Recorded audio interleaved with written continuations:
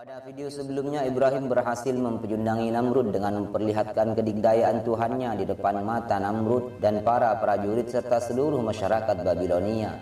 Kobaran api yang besar dan membubung ke langit tak berarti apa-apa di hadapan Ibrahim. Api itu tak sedikit pun dapat melukai Ibrahim. Namrud yang merasa dipermalukan di depan para penyembahnya semakin membenci Ibrahim.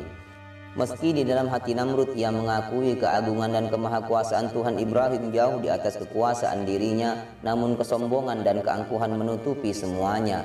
Salah satu contoh kesombongan dan keangkuhan Namrud ini terabadikan dalam Al-Quran surah Al-Baqarah ayat 258. Namrud berkata, "Siapakah Tuhanmu yang kamu serukan agar kami beriman kepadanya?" Ibrahim menjawab, "Tuhankulah yang menghidupkan dan mematikan." Maka Namrud menjawab, "Aku pun dapat pula menghidupkan dan mematikan." Lalu Namrud mendatangkan dua orang tahanan yang sudah diputuskan hukuman mati kepada mereka. Namrud membunuh salah satunya dan membiarkan yang satunya hidup. Lalu Namrud berkata, "Lihatlah, aku sudah mematikan salah satu dari mereka dan menghidupkan salah satunya." Ini bukanlah perlawanan hujjah dari Namrud untuk Ibrahim. Karena maksud Ibrahim adalah bahwa Tuhannya adalah yang menghidupkan sesuatu yang awalnya mati atau tidak ada menjadi hidup atau menjadi ada, dan mematikan sesuatu yang awalnya hidup atau ada. Sedangkan Namrud tidak menghidupkan, tetapi ia membiarkan tetap hidup pada orang yang memang sudah hidup. Jadi tindakan Namrud ini tidak sesuai dengan apa yang dimaksudkan oleh Ibrahim. Oleh karena jawaban Namrud itu tidak ada nilainya, maka Nabi Ibrahim tidak mengindahkan jawaban itu. Lalu Ibrahim mendatangkan hujjah yang lain dengan berkata, "Sesungguhnya Allah menerbitkan matahari dari timur, maka terbitkanlah ia dari barat." Akhirnya Namrud pun terdiam, tidak mampu menjawab satu kalimat pun. Dia bungkam, tidak berkutik, akalnya habis. Dalam hatinya ia mengakui bahwa Tuhan Ibrahim memang lebih dikdaya daripada dirinya. Namun kesombongan telah memenuhi hatinya. Akhirnya ia tetap dalam kekafirannya, tidak mau mengikuti ajaran Nabi Ibrahim. Ketika Nabi Ibrahim mengetahui bahwa tidak ada seorang pun beriman selain Sarah dan Lut, ia memutuskan untuk pindah dari Babilonia. Sebelum beliau berhijrah, beliau mengajak ayahnya untuk beriman.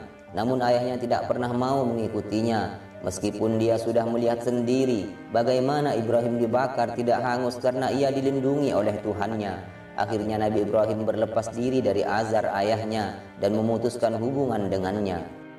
Hal ini mengajarkan kita bahwa hubungan satu-satunya yang harus dipelihara di antara hubungan-hubungan kemanusiaan adalah hubungan keimanan, bukan hanya hubungan darah. Nabi Ibrahim keluar meninggalkan negerinya, negeri yang berada di bawah kekuasaan raja yang kejam. Lalu dia hijrah ke Harran, kemudian ke Syam, tepatnya di Palestina, sebuah negeri yang telah diberkahi oleh Allah untuk seluruh alam. Palestina adalah tanah kelahiran para nabi, kelahiran Nabi Ismail yang merupakan leluhur Nabi Muhammad, dan kelahiran Nabi Ishak yang merupakan leluhur Bani Israel. Yerusalem, kota penting di Palestina, menjadi kota suci tiga agama, Yahudi, Nasrani, dan Islam. Ia juga menjadi tempat di mana Rasulullah Mi'raj atau naik ke langit menerima perintah salat. Ibrahim hijrah hanya ditemani oleh istrinya, satu-satunya wanita yang beriman kepada Allah, serta ditemani pula oleh Lut, satu-satunya lelaki yang beriman kepada Allah. Adapun nasib Namrud, Zaid bin Aslam dalam kitab Al-Bidayah wan Nihayah menyebutkan bahwa Allah mengutus kepada raja sombong itu seorang malaikat yang mengajaknya untuk beriman kepada Allah. Namun Namrud tetap dalam keangkuhannya menolak dakwah itu. Malaikat itu pun mendakwahi Namrud untuk kedua kalinya, namun Namrud tetap menolak.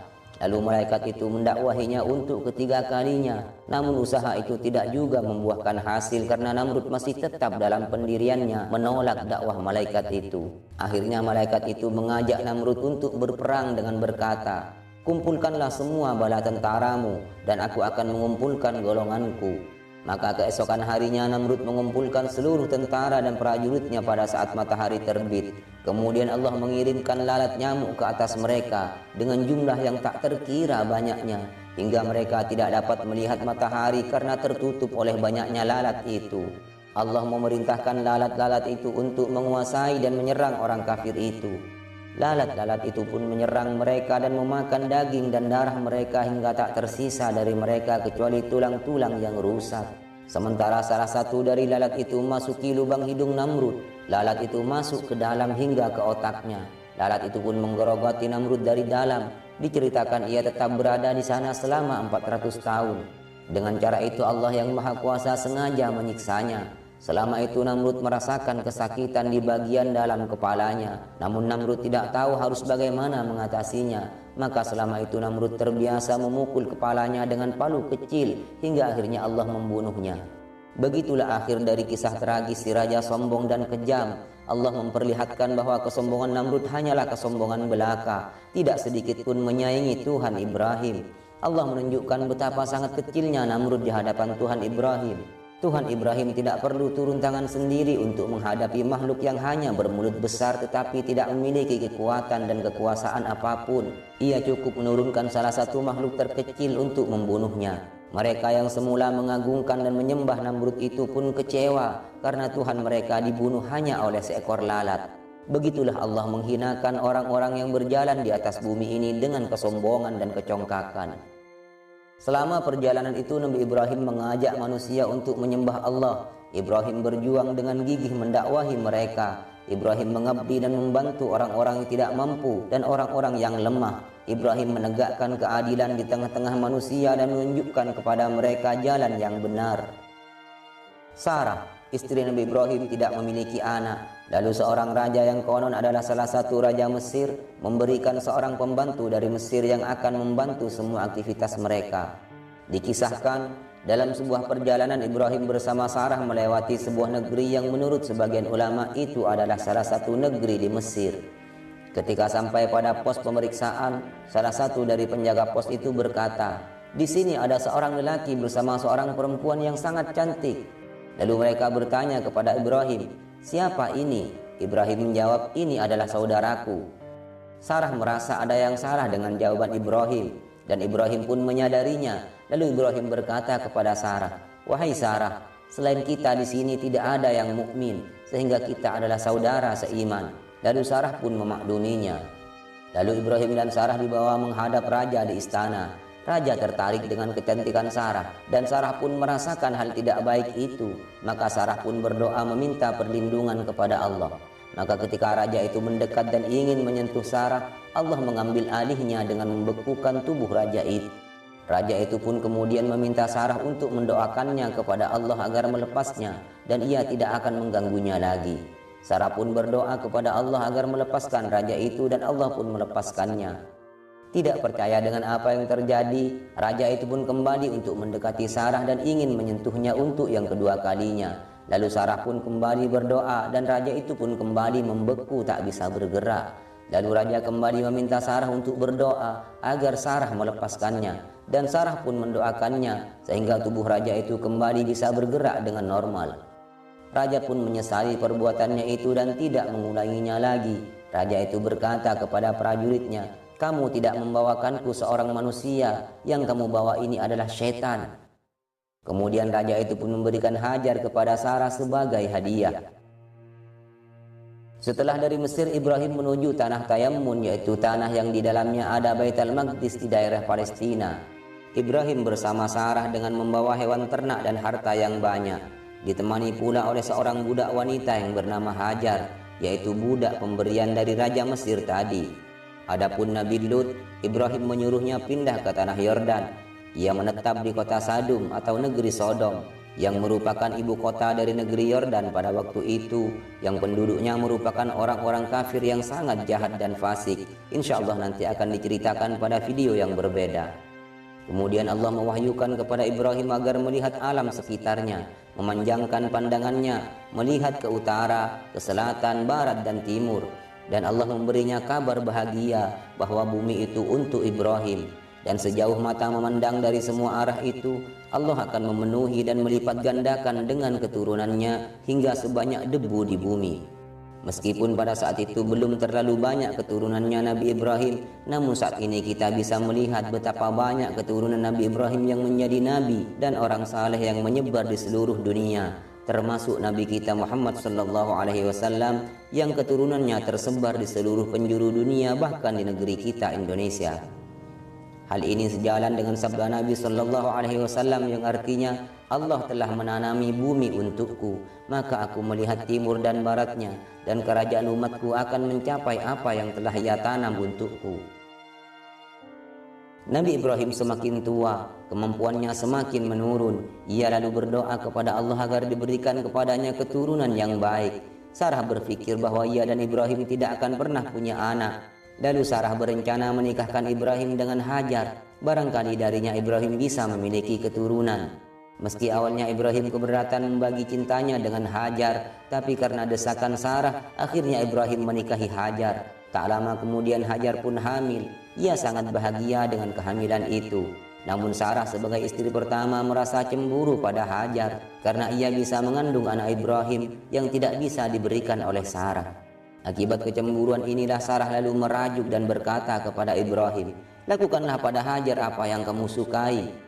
Sebagaimana seorang wanita, Hajar pun mengerti apa yang dirasakan oleh Sarah. Akhirnya Hajar pun tidak nyaman berada di dekat Sarah. Hajar pergi dari rumah tanpa tujuan hingga ia sampai pada sebuah mata air. Ia tinggal di sana selama beberapa lama, hingga suatu ketika datanglah kepadanya sesosok malaikat yang berkata kepadanya, "Janganlah engkau takut, karena Allah akan menjadikan kebaikan pada anak yang sedang engkau kandung." Kemudian malaikat itu menyuruhnya kembali ke rumah dan mengabarkan bahwa ia akan melahirkan seorang anak laki-laki yang bernama Ismail. Anak itu kelak akan menjadi pemimpin manusia. Hajar pun bersyukur kepada Allah dengan kabar gembira itu. Lalu ia pun pulang dan mengabarkan hal itu. Namun di balik kebahagiaannya, Sarah merasa semakin cemburu. Syekh Muhammad bin Abi Zaid menceritakan, Sarah bersumpah akan memotong 3 dari bagian tubuh Hajar. Semua kaget dengan sumpah itu. Sumpah yang telah terucap tidak mungkin ditarik kembali. Akhirnya Ibrahim memberikan jalan keluar untuk mereka. Ibrahim menyuruhnya untuk melubangi kedua telinga Hajar dan memotong ujung klitorisnya, sehingga Sarah tidak melanggar sumpahnya. Dengan begitu Imam As-Suhaili berkata, Hajar adalah wanita pertama yang melakukan sunat, menindik telinga dan memanjangkan pakaiannya hingga menyentuh tanah. Sebagaimana Hajar adalah wanita pertama yang melakukan sunat, maka dari golongan laki-laki Ibrahim adalah orang pertama yang melakukannya. Ibrahim melakukan sunat setelah berumur 80 tahun. Beliau disunat dengan kudum. Kudum adalah nama alat. Ada juga yang mengatakan bahwa kudum adalah nama tempat. Sehingga maksud hadis itu adalah Ibrahim disunat di sebuah daerah yang bernama Kudum. Hadis riwayat Imam Bukhari. Namun tidak menutup kemungkinan bahwa Ibrahim disunat pada umur lebih dari 80 tahun. Karena hadis lain menyebutkan bahwa Nabi Ibrahim disunat ketika berumur 120 tahun. Dan setelah itu beliau hidup selama 80 tahun. Hadis riwayat Ibnu Hibban dalam sahihnya. Beberapa bulan kemudian lahirlah seorang anak laki-laki dari Hajar yang diberi nama Ismail. Saat Ismail lahir, Ibrahim berusia 86 tahun. 13 tahun sebelum kelahiran saudara seayahnya yaitu Nabi Ishak alaihissalam. Kebahagiaan terpancar di wajah Hajar dan Ibrahim. Anak yang selama ini sangat dinanti kehadirannya akhirnya hadir di tengah-tengah mereka. Mereka tak henti memanjatkan syukur kepada Allah yang telah menyempurnakan nikmat yang telah Allah berikan selama ini. Namun lain Hajar, lain pula Sarah. Ketika Hajar bersuka cita dengan kelahiran putranya, Sarah justru merasakan sebaliknya. Ia semakin merasa tersisihkan dari Ibrahim. Sebagai seorang wanita, Sarah tidak bisa menyembunyikan kecemburuannya pada Hajar. Sarah pun meminta Ibrahim untuk menjauhkan Hajar darinya. Kemudian Allah memerintahkan Ibrahim untuk membawa Hajar ke Mekkah yang saat itu masih berupa tanah yang tandus dan gersang. Ibrahim meminta Hajar untuk bersiap-siap dan membawa serta Ismail untuk melakukan perjalanan yang sangat jauh. Saat itu Ismail masih menyusu pada ibunya. Diriwayatkan dari Ibnu Ishaq dari guru-gurunya, Ibrahim berangkat bersama istri dan anaknya dengan Jibril menjadi penunjuk jalannya. Mereka berjalan di tengah-tengah tanah yang penuh dengan tanaman, mengarungi padang pasir, melewati gunung-gunung, dan memasuki desa demi desa. Setiap sampai pada satu desa, Ibrahim selalu bertanya pada Jibril, "Apakah di sini tempatnya, wahai Jibril?" Jibril menjawab, "Teruslah berjalan." Hingga kemudian mereka masuk ke tanah Arab. Nabi Ibrahim menuju satu lembah yang di dalamnya tidak ada tanaman, tidak ada buah-buahan, tidak ada pepohonan, tidak ada makanan, tidak ada air. Lembah itu kosong dari tanda-tanda kehidupan. Kemudian Ibrahim kembali bertanya kepada Jibril, "Apakah di sini tempatnya, wahai Jibril?" Jibril menjawab, "Ya, benar, disinilah tempatnya." Nabi Ibrahim sampai ke lembah itu, lalu turun dari atas tunggangannya. Lalu Ibrahim menurunkan istri dan anaknya di tempat itu. Mereka ditinggalkan di sana, sedangkan mereka hanya dibekali dengan makanan berupa kurma dan sedikit air. Ketika Nabi Ibrahim hendak meninggalkan mereka berdua, tiba-tiba istrinya menyusul dan berkata kepadanya, "Wahai suamiku, kemanakah engkau akan pergi? Mengapa engkau meninggalkan kami di lembah ini, padahal di sini tidak ada seorang pun dan tidak ada apapun?" Ibrahim tidak menjawab. Ia tidak tahu apa yang harus dikatakannya. Istrinya pun mengulangi pertanyaannya, "Wahai suamiku, kemanakah engkau akan pergi? Mengapa engkau meninggalkan kami di lembah ini, sedangkan di sini tidak ada suatu apapun untuk kami makan dan kami minum? Tidak ada tempat untuk kami berlindung, dan tidak ada seorang pun yang dapat kami mintai tolong." Namun Ibrahim tetap saja diam. Kemudian istrinya bertanya lagi, "Allahu amaraka bihadza? Apakah Allah yang memerintahkan ini kepadamu, wahai suamiku?" Demikianlah pertanyaan wanita salihah ketika ia diminta oleh suaminya untuk melakukan sesuatu. Yang ia tanyakan bukanlah apa maksudnya ditinggal di situ, tetapi apakah Allah yang menyuruhnya melakukan itu. Lalu Nabi Ibrahim pun menjawab, "Iya, benar wahai istriku." Ketika Hajar tahu bahwa itu adalah perintah Allah, maka inilah kata-kata yang keluar dari mulut mulia seorang istri salihah, "Idzan lan yudayyi'ana." Jika memang Allah yang memerintahkanmu untuk melakukan ini, tentu Allah tidak akan menyia-nyiakan kami. Hajar pun berbesar hati dan ikhlas ditinggal di gurun pasir yang gersang dan tandus itu. Nabi Ibrahim kemudian menuju ke suatu tempat di sebuah gunung. Lalu beliau mengangkat kedua tangannya untuk berdoa, "Ya Tuhan kami, sesungguhnya aku telah menempatkan sebagian keturunanku di lembah yang tidak ada tanamannya, yang berada di sisimu yang dihormati. Demikianlah itu kami lakukan agar mereka melaksanakan sholat. Maka jadikanlah hati sebagian manusia cenderung kepada mereka, dan anugerahilah mereka rizki dari buah-buahan. Mudah-mudahan mereka bersyukur." Saat itu Baitullah atau Ka'bah belum dibangun.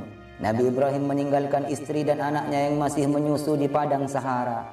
Ibu Ismail itu menyusui anaknya, dan ketika persediaan air sudah habis, ia mulai merasakan kehausan dan keringlah air susunya.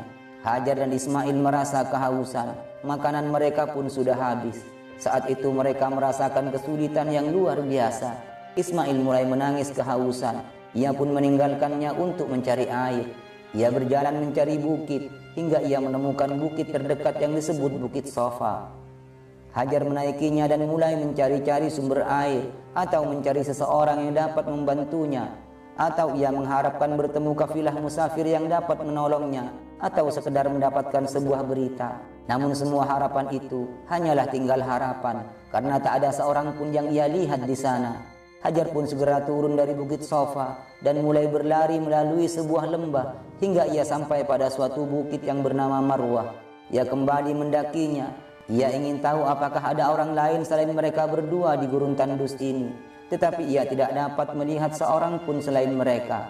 Hajar pun kembali ke anaknya Ismail. Ia masih dalam keadaan menangis. Rasa hausnya semakin bertambah. Ia segera menuju ke Bukit Sofa dan berdiri di atasnya. Kemudian ia menuju ke Bukit Marwah dan dia melihat-lihat lagi.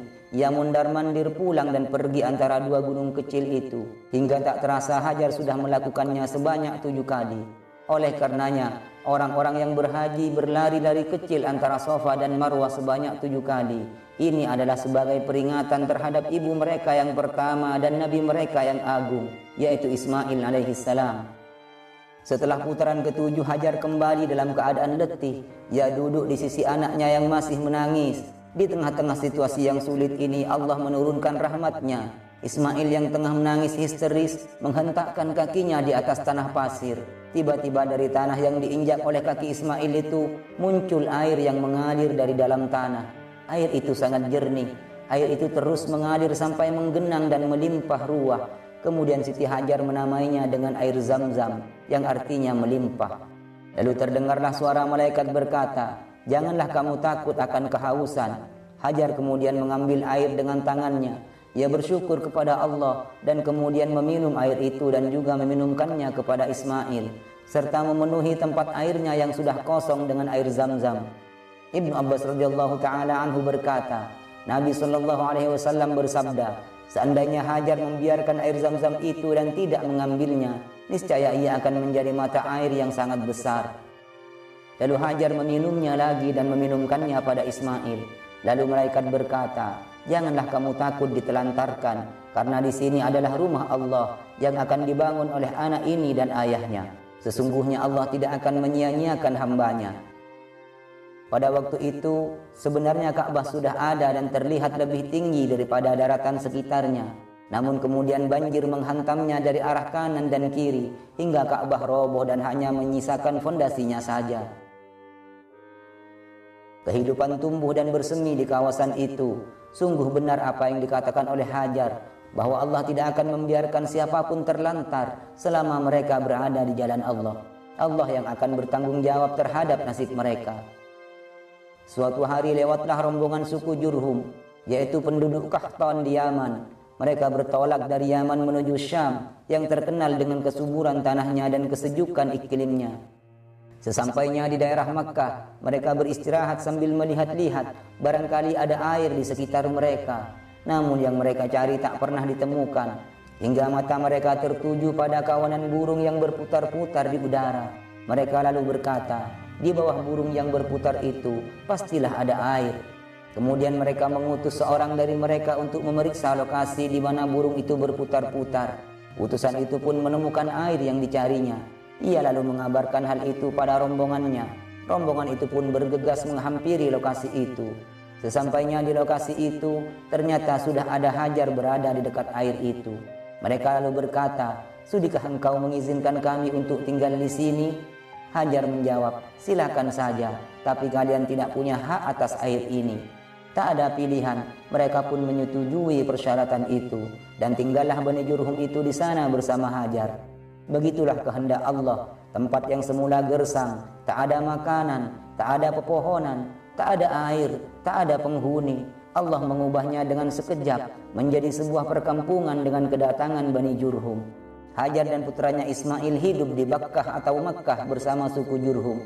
Mereka adalah orang-orang yang baik. Hajar pun menyayangi mereka. Ismail tumbuh besar di tengah-tengah mereka, bergaul dengan mereka, dan belajar bahasa Arab dari mereka. Dan ketika Ismail sudah dewasa kelak, ia menikah dengan salah satu dari wanita suku Jurhum, dan Siti Hajar pun wafat di sana. Ibrahim sering mengunjungi Ismail dan ibunya dengan mengendarai buraq, sehingga jarak tempuh yang jauh pun tak berarti apa-apa baginya. Ia terus memantau keadaan mereka berdua, terutama keadaan Ismail yang akan menjadi nabi. Hingga pada suatu malam, turunlah wahyu dari Allah melalui mimpinya, bahwa Allah menagih janji yang telah Ibrahim ucapkan semasa Ibrahim belum dikaruniai seorang anak. Diceritakan bahwa Ibrahim adalah orang yang sangat dermawan. Dialah orang yang pertama menjamu tamu. Imam Al-Ghazali dalam kitab Ihya berkata, ketika Ibrahim ingin makan, ia keluar dari rumahnya sampai sejauh 1 atau 2 mil demi mencari orang untuk makan bersamanya. Ia tidak pernah makan sendirian. Kebiasaan mulia itu terus terpelihara di daerah itu hingga sekarang.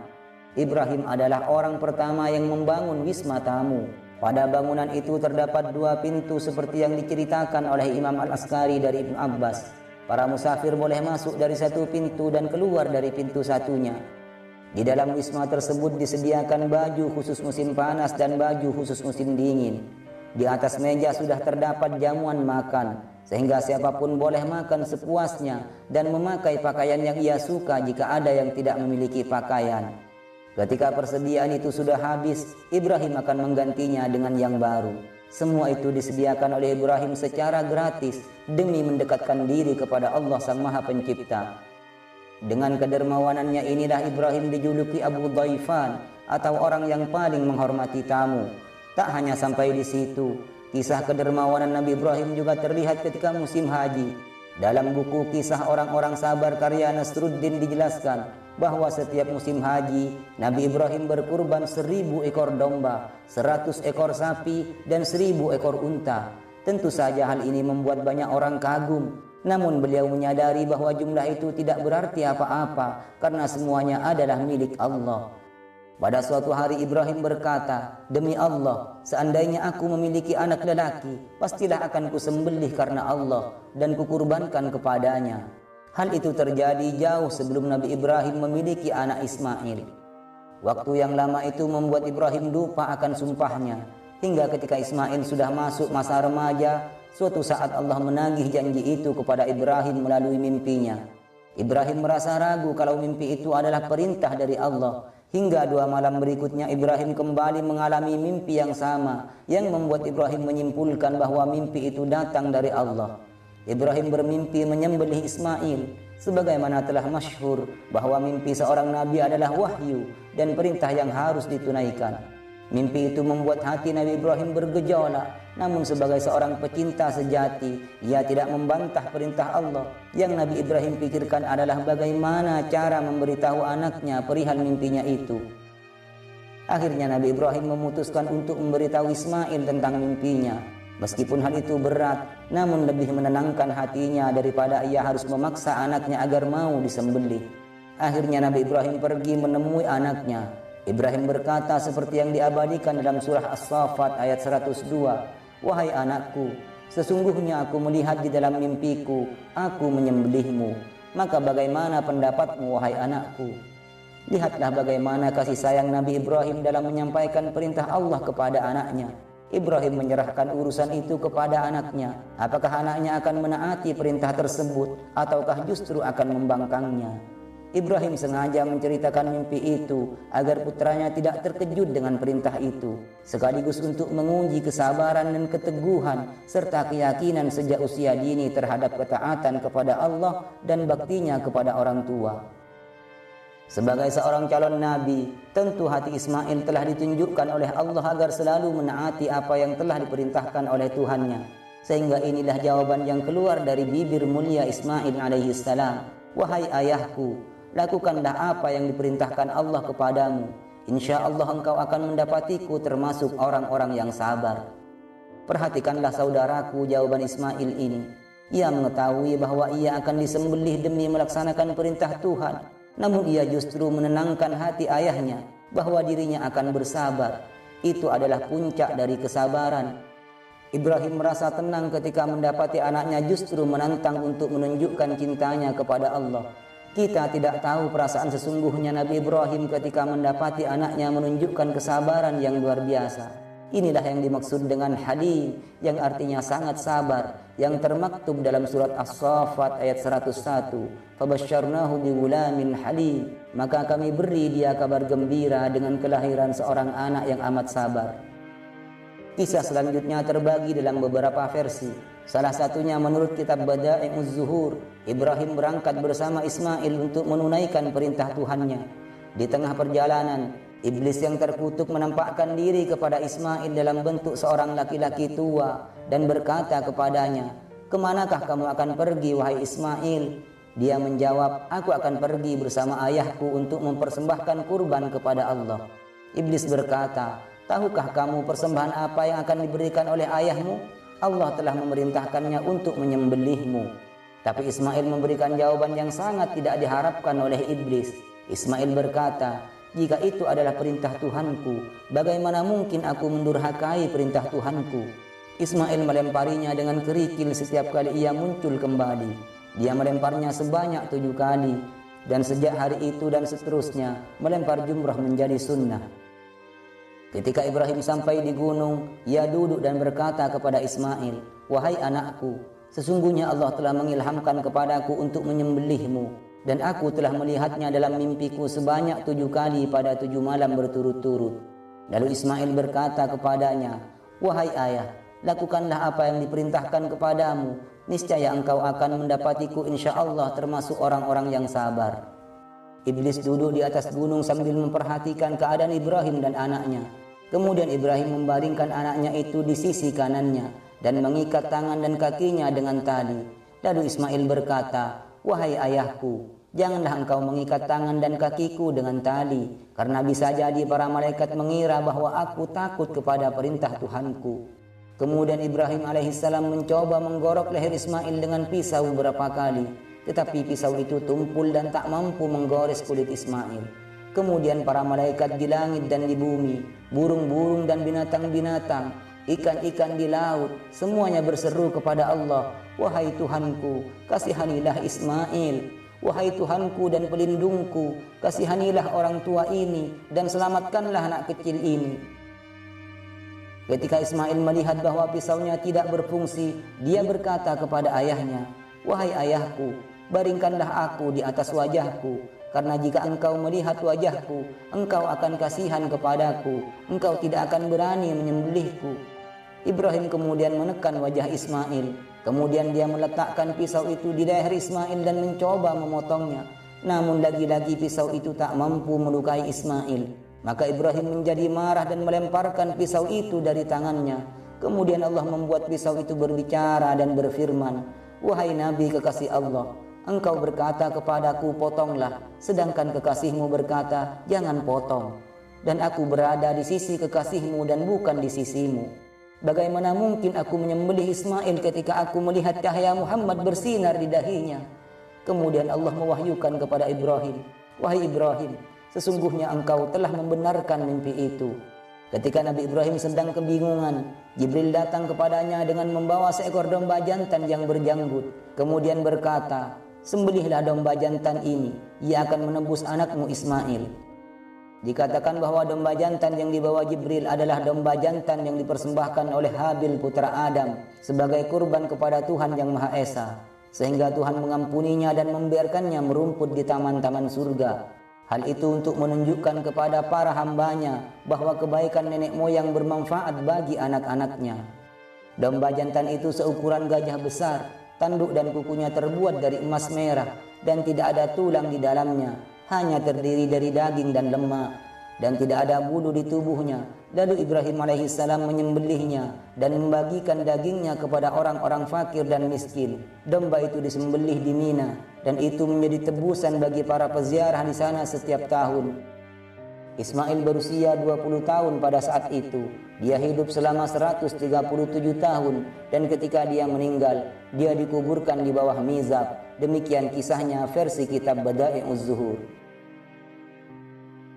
Sahabat sekalian yang dirahmati Allah, terjadi perbedaan tentang siapa sebenarnya anak Nabi Ibrahim yang disembelih, apakah itu Ismail atau Ishak. Maka menurut kitab Al-Bidayah wan Nihayah karya Imam Ibnu Katsir menyebutkan bahwa yang disembelih itu adalah Ismail. Ismail lebih tua dari Ishak. Hal ini disepakati oleh kaum muslimin dan para ahli kitab. Bahkan di dalam nas kitab-kitab ahli kitab disebutkan bahwa ketika Ibrahim mempunyai anak Ismail, Ibrahim berusia 86 tahun. Dan ketika beliau mempunyai anak Ishak, Ibrahim berusia 99 tahun. Menurut ahli kitab, Nabi Ibrahim diperintahkan oleh Allah untuk menyembelih anak tunggalnya itu, dan dalam redaksi lain disebutkan anak pertamanya. Akan tetapi mereka mengubahnya dan membuat kedustaan dalam keterangan ini, lalu mengganti Ismail dengan Ishak, padahal itu bertentangan dengan nas kitab asli mereka.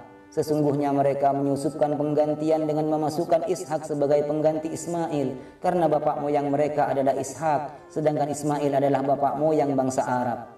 Orang-orang ahli kitab dengki dan iri hati kepada bangsa Arab, karena itu mereka menambah-nambahinya dan menyelewengkan arti anak tunggal dengan pengertian anak yang ada di sisimu, karena Ismail telah dibawa pergi oleh Ibrahim bersama ibunya ke Mekkah. Takwil seperti ini merupakan takwil yang menyimpang dan batil, karena sesungguhnya pengertian anak tunggal itu adalah anak yang semata wayang bagi Ibrahim saat itu. Lagi pula, anak pertama merupakan anak yang paling disayang, lebih dari anak yang lahir sesudahnya. Maka perintah untuk menyembelihnya merupakan ujian dan cobaan yang sangat berat. Sejumlah ahlul ilmi mengatakan bahwa anak yang disembelih itu adalah Ishak berdasarkan riwayat dari segolongan ulama salaf, sehingga ada yang menukilnya dari sebagian sahabat. Tetapi hal tersebut bukanlah bersumber dari kitabullah, bukan pula dari sunnah. Dan saya, musannif atau pengarang, dapat memastikan bahwa hal tersebut tidaklah diterima melainkan dari ulama ahli kitab, lalu diterima oleh orang muslim tanpa alasan yang kuat. Yang jelas, kitabullah ini merupakan saksi yang menunjukkan kepada kita bahwa putra yang disembelih itu adalah Ismail. Karena sesungguhnya Al-Quran telah menyebutkan berita gembira bagi Ibrahim akan kelahiran seorang putra yang penyabar, dan menyebutkan pula bahwa putranya itu adalah Az-Zabih atau yang disembelih. Setelah itu disebutkan oleh firman-Nya, dan kami beri dia kabar gembira dengan kelahiran Ishak, seorang nabi yang termasuk orang-orang yang saleh. Dalam pembahasan yang lain telah disebutkan bahwa tidaklah mungkin Ibrahim diperintahkan untuk menyembelih Ishak semasa kecilnya, karena Allah telah menjanjikan kepada keduanya bahwa kelak Ishak akan melahirkan keturunannya. Maka mana mungkin sesudah semua itu Ishak diperintahkan agar disembelih saat ia masih kecil. Selain alasan itu, Ismail di sini mendapat julukan sebagai orang yang amat sabar atau gulamun halim. Maka predikat itu lebih pantas untuk kedudukan Ismail sebagai anak yang rela disembelih.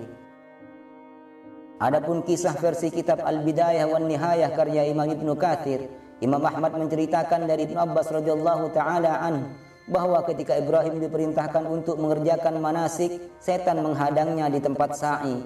Lalu setan menyusulnya, maka Ibrahim menyusulnya. Kemudian Jibril membawa Ibrahim ke Jumratul Aqabah dan setan kembali menghadangnya. Maka Ibrahim melemparnya dengan 7 buah batu kerikil hingga setan itu pergi. Kemudian setan menghadangnya lagi di Jumratul Wusta, maka Ibrahim melemparnya dengan 7 buah batu kerikil. Kemudian Ibrahim merebahkan Ismail pada keningnya. Saat itu Ismail mengenakan kain gamis putih. Lalu Ismail berkata kepada ayahnya, "Wahai ayahku, sesungguhnya aku tidak mempunyai pakaian untuk kain kafanku selain dari yang kukenakan ini. Maka lepaskanlah kain ini agar engkau dapat mengkafaniku dengannya." Maka Ibrahim bermaksud menanggalkan baju gamis putranya itu. Tetapi tiba-tiba ada suara yang menyerunya dari arah belakang, "Hai Ibrahim, sesungguhnya kamu telah membenarkan mimpi itu." Al-Quran Surah As-Saffat ayat 104-105. Maka Ibrahim menoleh ke belakang. Tiba-tiba ia melihat seekor kambing gibas putih yang bertanduk lagi gemuk. Ibnu Abbas mengatakan bahwa sesungguhnya sampai sekarang kami masih terus mencari kambing gibas jenis itu. Hisham menyebutkan hadis ini dengan panjang lebar di dalam Kitabul Manasik. Kemudian Imam Ahmad meriwayatkan pula dengan panjang lebar dari Yunus, dari Hammad bin Salamah, dari Atha bin Sa'id, dari Sa'id bin Jubair, dari Ibnu Abbas radhiyallahu anhum. Hanya saja dalam riwayat ini disebutkan Ishak, bukan Ismail. Menurut riwayat yang bersumber dari Ibnu Abbas radhiyallahu taala anhu tentang nama anak yang disembelih, ada 2 riwayat, tetapi riwayat yang terkuat adalah yang menyebutnya Ismail. Muhammad bin Ishaq telah meriwayatkan dari Ibnu Abbas radhiyallahu taala anhuma sehubungan dengan makna firman Allah dalam surat As-Saffat ayat 107, bahwa dikeluarkan untuknya seekor kambing gibas dari surga yang telah digembalakan sebelum itu selama 40 musim gugur. Maka Ibrahim melepaskan putranya dan mengejar kambing gibas itu. Kambing gibas itu membawa Ibrahim ke Jumratul Ula. Lalu Ibrahim melemparnya dengan 7 buah batu kerikil, dan kambing itu luput darinya. Lalu lari ke Jumratul Wusta, dan Ibrahim mengeluarkannya dari jumrah itu dengan melemparinya dengan 7 buah batu kerikil. Kambing itu terus lari dan ditemuinya ada di Jumratul Kubra. Maka ia melemparnya dengan 7 buah batu kerikil. Pada saat itulah kambing itu keluar dari jumrah, dan Ibrahim menangkapnya lalu membawanya ke tempat penyembelihan di Mina dan menyembelihnya. Adapun ulama yang mengatakan yang disembelih adalah Ishak, maka diceritakan dalam kitab Al-Bidayah wan Nihayah bahwa Ka'ab berkata kepada Abu Hurairah radhiyallahu anhu, "Maukah kuceritakan kepadamu tentang perihal Ibrahim alaihissalam?" Ka'ab melanjutkan perkataannya, "Sesungguhnya ketika Ibrahim bermimpi menyembelih putranya Ishak, setan berkata, 'Sesungguhnya jika tidak kugoda mereka saat ini, berarti aku tidak dapat menggoda mereka selamanya.' Ibrahim berangkat bersama anaknya dengan tujuan akan menyembelihnya. Maka setan pergi dan masuk menemui Sarah lalu berkata, 'Kemanakah Ibrahim pergi bersama anakmu?' Sarah menjawab, 'Ia pergi membawanya untuk suatu keperluan.' Setan berkata, 'Sesungguhnya Ibrahim pergi bukan untuk suatu keperluan, melainkan ia pergi untuk menyembelih anaknya.' Sarah bertanya, 'Mengapa dia harus menyembelih anaknya?' Setan berkata, 'Ibrahim mengira bahwa Tuhannya telah memerintahkan kepadanya hal tersebut.' Sarah menjawab, 'Sesungguhnya lebih baik baginya bila mentaati Tuhannya.' Lalu setan pergi menyusul keduanya. Setan berkata kepada Ishak, "Kemanakah ayahmu membawamu pergi?" Ishak menjawab, "Untuk suatu keperluan." Setan berkata, "Sesungguhnya dia pergi bukan untuk suatu keperluan, tetapi ia pergi untuk tujuan akan menyembelihmu." Ishak bertanya, "Mengapa ayah akan menyembelihku?" Setan menjawab, "Sesungguhnya dia mengira bahwa Tuhannya telah memerintahkan hal itu kepadanya." Ishak lalu berkata, "Demi Allah, sekiranya Allah yang memerintahkannya, benar-benar dia akan mengerjakannya." Setan Khalilullah atau kekasih Allah karena keteguhan hatinya untuk tetap memprioritaskan Tuhannya dibandingkan yang lainnya. Selain ujian kepada Ibrahim, ini juga merupakan ujian kepada putranya, baik itu Ismail atau Ishak. Dua-duanya adalah putra Ibrahim yang sama-sama diangkat sebagai nabi dan rasul dengan kelebihan masing-masing, namun dengan totalitas ketundukan yang sama kepada Tuhannya, sebagaimana ketundukan ibu-ibu mereka kepada Tuhannya. Allah menceritakan kisah penyembelihan anak Ibrahim ini dalam Al-Quran surah As-Saffat ayat 99 sampai 111. Beberapa tahun kemudian ketika Ismail sudah dewasa, ia menikah dengan seorang perempuan dari Bani Jurhum, yaitu suku pertama yang mendiami Makkah setelah mendapat izin dari bunda Ismail. Tak lama kemudian setelah Ismail menikah, ibundanya pun wafat. Lalu Ibrahim datang lagi menemui Ismail, namun Ibrahim tidak menemukan anaknya. Hanya ada seorang wanita di dalam rumahnya. Ibrahim mengetahui bahwa wanita itu adalah istri Ismail. Lalu Ibrahim menanyakan keberadaan Ismail kepada istrinya. Maka istrinya pun menjawab, "Suamiku sedang keluar mencari nafkah untuk kami." Kemudian Ibrahim bertanya kepada istri Ismail tentang penghidupan dan keadaan mereka. Istri Ismail menjawab, "Kami dalam keadaan buruk, hidup kami susah dan keras." Ternyata ia mengemukakan keluhannya kepada Nabi Ibrahim. Lalu Ibrahim berkata lagi, "Apabila nanti suamimu datang, sampaikanlah salamku kepadanya dan katakanlah kepadanya agar dia mengganti kusen pintunya." Lalu Ismail datang dengan penampakan seakan-akan sedang merindukan sesuatu. Ia berkata, "Apakah telah datang seseorang kepadamu?"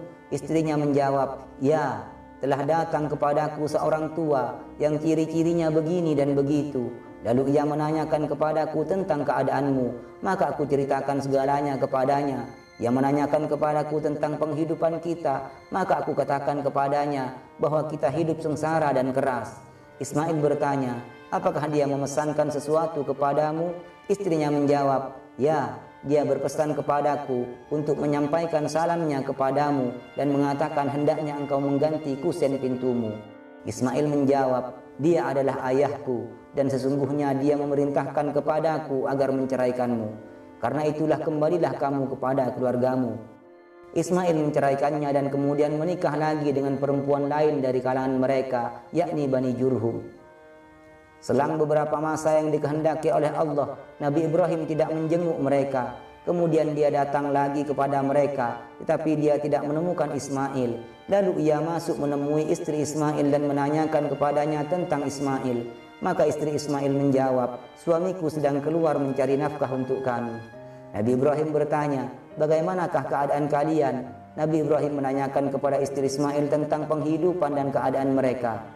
"Kami dalam keadaan baik-baik saja dan dalam kehidupan yang mudah."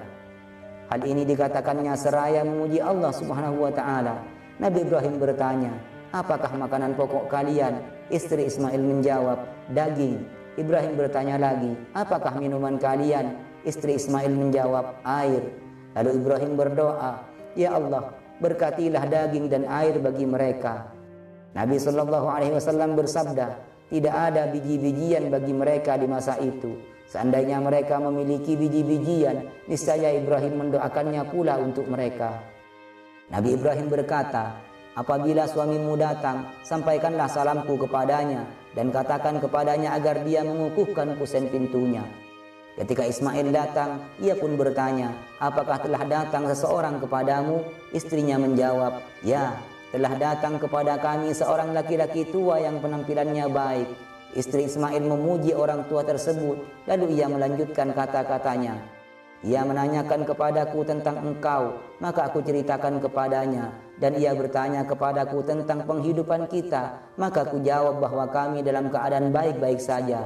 Ismail bertanya, "Apakah dia mewasiatkan sesuatu kepadamu?" Istrinya menjawab, "Ya, dia menyampaikan salamnya kepadamu dan memerintahkan kepadamu agar mengukuhkan kusen pintumu." Lalu Ismail berkata, "Dia adalah ayahku dan kusen pintu tersebut adalah kamu sendiri. Dia memerintahkan kepadaku agar menjadikan engkau istriku selamanya." Selang beberapa lama, Ibrahim datang lagi mengunjungi Ismail. Saat itu Ismail sedang membuat anak panahnya di bawah sebuah pohon di dekat sumur Zam-Zam. Ketika Ismail melihatnya, ia segera bangkit menyambutnya, dan keduanya melakukan perbuatan yang biasa dilakukan oleh seorang ayah kepada anaknya dan seorang anak kepada ayahnya yang sudah lama tidak bertemu. Kemudian Nabi Ibrahim berkata, "Wahai Ismail, sesungguhnya Allah telah memerintahkan sesuatu kepadaku." Ismail bertanya, "Apakah perintah itu, wahai ayahku?" Ibrahim balik bertanya, "Maukah engkau membantuku?" Ismail menjawab, "Dengan senang hati aku akan membantu ayah." Ibrahim berkata, "Sesungguhnya Allah telah memerintahkan kepadaku agar aku membangun sebuah rumah atau Baitullah di sini." Seraya mengisyaratkan kepada sebuah gundukan tanah tinggi yang lebih tinggi daripada tanah yang ada di sekitarnya. Ibnu Abbas melanjutkan kisahnya bahwa pada saat itu juga keduanya mulai meninggikan dasar-dasar Baitullah. Nabi Ismail yang mendatangkan batu-batuan, sedangkan Nabi Ibrahim yang membangunnya. Ketika bangunan mulai tinggi, Ismail datang membawa batu ini. Maksudnya adalah makam Ibrahim, lalu meletakkannya untuk menjadikannya sebagai tangga Nabi Ibrahim selama membangun. Maka Nabi Ibrahim berdiri di atasnya sambil membangun, sedangkan Nabi Ismail terus menyuplai batu-batunya. Seraya keduanya mengucapkan doa yang diabadikan dalam surah Al-Baqarah ayat 127. "Ya Tuhan kami, terimalah dari kami amalan kami. Sesungguhnya Engkau Maha Mendengar, lagi Maha Mengetahui." Ibnu Abbas melanjutkan kisahnya bahwa Nabi Ibrahim dan Nabi Ismail terus membangun Ka'bah hingga berputar merampungkan sekelilingnya sambil mengucapkan doa tersebut. As-Sudi mengatakan, sesungguhnya Allah memerintahkan kepada Ibrahim untuk membangun Baitullah bersama Ismail, dan Allah berfirman, "Bangunkanlah oleh kalian berdua rumahku untuk orang-orang yang tawaf, yang iktikaf, yang ruku dan yang sujud." Maka Ibrahim berangkat hingga tiba di Makkah. Lalu dia dan Ismail mengambil cangkul, sedangkan keduanya masih belum mengetahui letak Baitullah yang akan dibangunnya. Maka Allah mengirimkan angin yang dikenal dengan sebutan angin khajud atau angin puting beliung. Angin tersebut mempunyai dua sayap dan kepala, seakan-akan bentuknya seperti ular. Kemudian angin tersebut menguatkan bagi keduanya, yaitu Ibrahim dan Ismail, semua yang ada di sekitar Ka'bah, hingga tampaklah fondasi Baitullah yang pertama. Lalu keduanya mengikutinya dengan cangkul mereka. Keduanya terus menggali hingga fondasi itu diletakkan. Itulah yang disebutkan dalam firman Allah surah Al-Baqarah ayat 127. "Dan ingatlah ketika Ibrahim meninggikan, membina dasar-dasar Baitullah." Ketika keduanya hampir selesai dari pembangunannya dan tahapan pembangunannya sampai pada rukun atau pojokan, lalu Ibrahim berkata kepada Ismail, "Wahai anakku, carikanlah sebuah batu yang baik untukku. Nanti akan kuletakkan di tempat rukun ini." Ismail menjawab, "Wahai ayahku, sesungguhnya aku sedang malas dan lelah." Ibrahim berkata, "Sekalipun demikian, kamu harus tetap mencarinya." Maka berangkatlah Ismail mencari batu tersebut untuk ayahnya. Ketika itu juga, malaikat Jibril datang kepada Ibrahim dengan membawa Hajar Aswad dari India. Pada mulanya Hajar Aswad itu berwarna putih. Ia adalah batu yakut berwarna putih seperti bunga sagamah atau bunga yang putih bersih. Pada mulanya batu itu dibawa oleh Adam dari surga ketika diturunkan ke bumi. Lalu batu itu menjadi hitam karena dosa-dosa manusia. Ismail datang membawa batu yang diminta, tetapi ternyata ia menjumpai bahwa rukun tersebut telah diisi dengan Hajar Aswad. Maka Ismail bertanya, "Wahai ayahku, siapakah yang mendatangkan batu ini kepadamu?" Ibrahim menjawab, "Ia didatangkan oleh orang yang lebih bersemangat daripadamu." Lalu keduanya terus membangun sambil berdoa, mengucapkan kalimat-kalimat yang pernah diujikan oleh Allah kepada Ibrahim.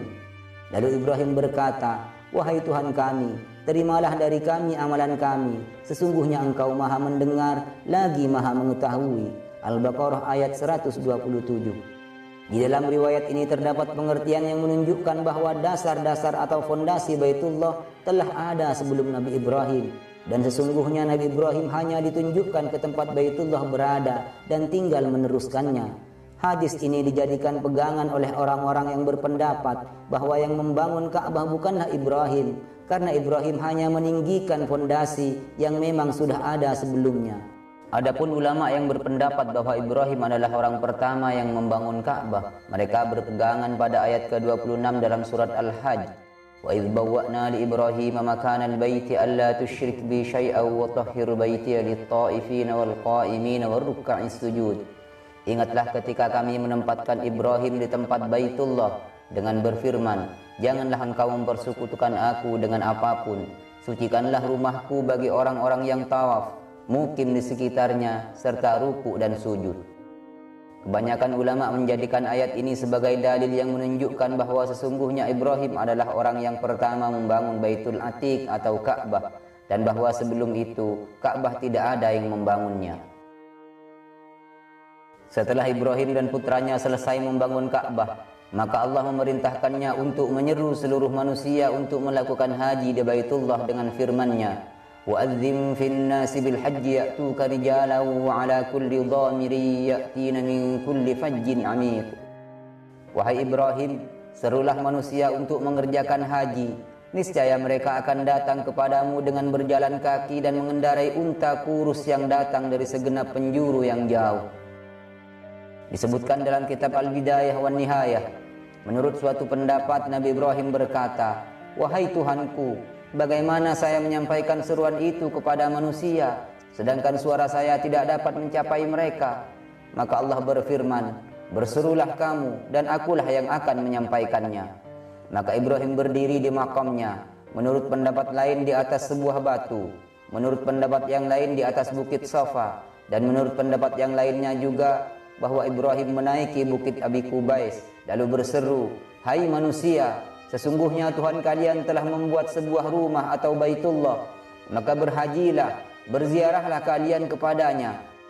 Menurut suatu pendapat, setelah Ibrahim mengumandangkan seruan itu, semua bukit dan gunung merendahkan dirinya sehingga suaranya mencapai seluruh permukaan bumi.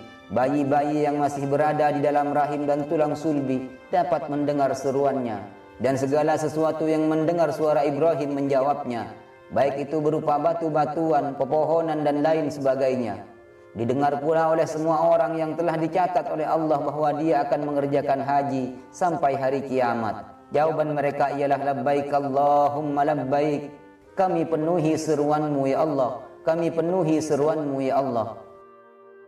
Disebutkan dalam tafsir Al-Qurtubi, orang yang berhaji saat ini sudah berdasarkan kadar jawaban mereka ketika Nabi Ibrahim menyeru untuk berhaji. Jika waktu itu seseorang hanya menjawab sekali, maka ia ditakdirkan untuk berhaji hanya sekali. Jika menjawab 2 kali, maka ia ditakdirkan berhaji 2 kali. Sahabat sekalian yang dirahmati Allah, pada ayat yang sama disinggung pula tentang bagaimana orang-orang akan datang untuk berhaji dengan firman-Nya, ya'tuka rijalan wa ala kulli dhamir. Mereka akan datang kepadamu dengan berjalan kaki dan mengendarai unta yang kurus. Sebagian ulama menjadikan ayat ini sebagai dalil untuk mengatakan bahwa ibadah haji dengan berjalan kaki bagi orang yang mampu melakukannya adalah lebih utama daripada naik kendaraan, karena sebutan jalan kaki menempati ranking yang pertama dalam ayat ini. Hal ini menunjukkan perhatian Allah yang sangat besar kepada mereka, juga menunjukkan kekuatan tekad serta kerasnya kemauan mereka. Akan tetapi, pendapat yang dikatakan oleh kebanyakan ulama adalah bahwa melakukan ibadah haji dengan menaiki kendaraan adalah lebih utama daripada berjalan kaki, karena hal itu mengikuti perbuatan Rasulullah. Sesungguhnya beliau sallallahu alaihi wasallam melakukan ibadah hajinya dengan naik kendaraan, padahal kekuatan beliau sangat prima. Sahabat sekalian yang dirahmati Allah, demikianlah yang dapat kami sajikan tentang kisah Nabiullah wa Khalilullah Ibrahim bersama putranya. Semoga kisah ini menjadi khazanah keilmuan bagi kita semua. Amin ya rabbal alamin. Wallahu a'lam bissawab. Wassalamualaikum warahmatullahi wabarakatuh.